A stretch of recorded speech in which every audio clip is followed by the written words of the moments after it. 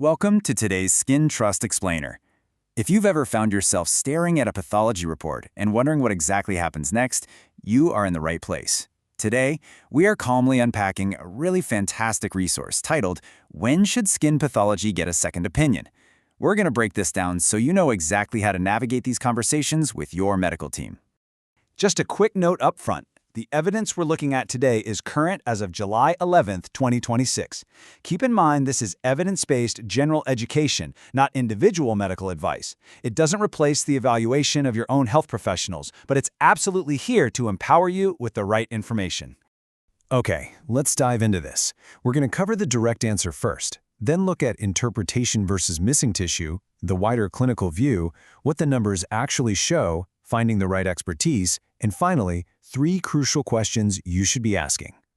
Starting right off with Section 1, the direct answer. Let's just get right to the bottom line so we don't leave you in suspense. Most skin biopsy diagnoses simply do not need a second opinion. Honestly, I hope that's a reassuring thought. The vast majority of routine biopsies are straightforward. If you have a common diagnosis that completely fits with what your doctor is seeing, routine re-review usually adds very little. But what's really interesting about this is that it gives us a very precise list of exceptions. A review is most useful when the diagnosis is genuinely uncertain, rare, unexpected, or completely discordant with the clinical examination. Or, crucially, if a second opinion is capable of changing your surgery, your cancer staging, or your follow-up care. Moving on to Section 2, interpretation versus missing tissue. Now, this is a fundamental concept because it deals with physical limitations. A slide review addresses interpretation uncertainty. That means the relevant tissue is physically right there on the glass slide, but the meaning is a bit ambiguous, so another expert's eyes might clarify it. But here is the catch. A slide review cannot magically reveal tissue that was never included in the original biopsy. It's like looking closer at a photograph. It won't show you what was standing just outside the frame.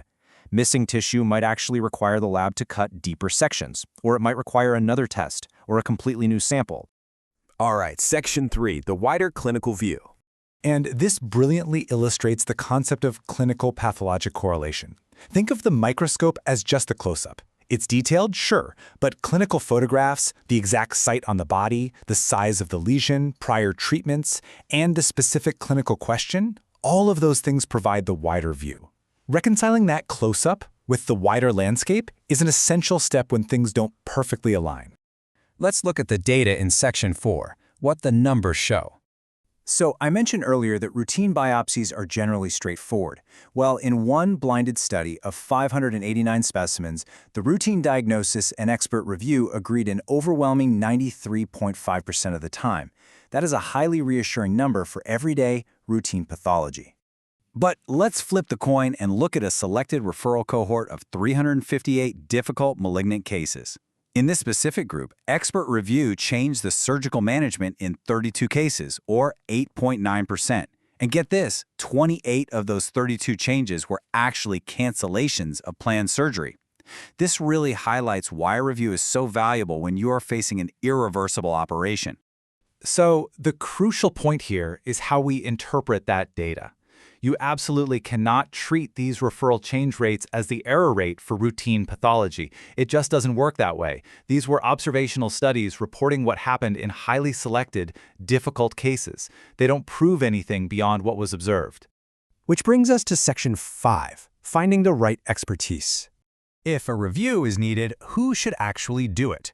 For difficult skin tumors or melanocytic lesions, you will often benefit from a board-certified dermatopathologist. But more than that, they need relevant expertise matching your specific problem. And just as importantly, the reviewer needs the complete original reports and all the clinical information to do their job properly. Finally, Section 6, 3 questions to ask.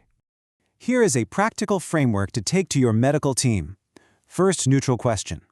Is the diagnosis uncertain? And we mean meaningfully uncertain. Not every descriptive phrase in a report equals a problem that changes your plan.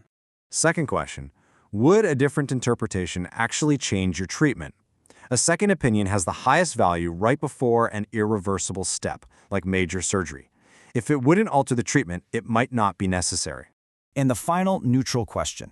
Does the slide answer the clinical question or is more tissue needed? Going back to our earlier point, if you're missing tissue, sending the same slide to a different expert won't help. So what does this all mean? Armed with these 3 questions, you're empowered to make confident decisions. In an age of incredibly advanced medicine, isn't it fascinating that the most powerful tool in your healthcare journey might just be knowing exactly which question to ask next? Thanks for joining me for this explainer.